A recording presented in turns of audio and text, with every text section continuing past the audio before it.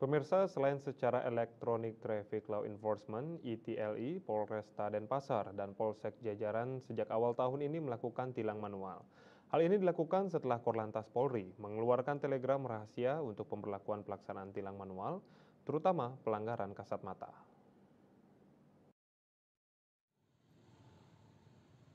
Sebagaimana yang dilakukan oleh Polantas Polsek Denpasar Barat Denbar yang menemukan langsung pelanggaran lalu lintas di Simpang Buangan, Jalan Teuku Umar, Jalan Imam Bonjol Denpasar, menindak 3 pelanggaran tanpa menggunakan helm dengan memberikan sanksi tilang.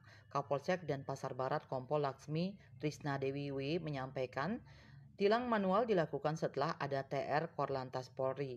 Sasaran tilang manual tersebut diantaranya berboncengan lebih dari satu, menggunakan ponsel saat berkendara, tidak menggunakan helm standar, berkendara di bawah pengaruh alkohol, dan sepeda motor yang menggunakan knalpot brong. Kapolsek berharap agar masyarakat mendisiplinkan diri saat berkendara dan tidak melakukan hal-hal yang berpeluang menimbulkan kecelakaan lalu lintas. Kertanegara Bali Pos melaporkan.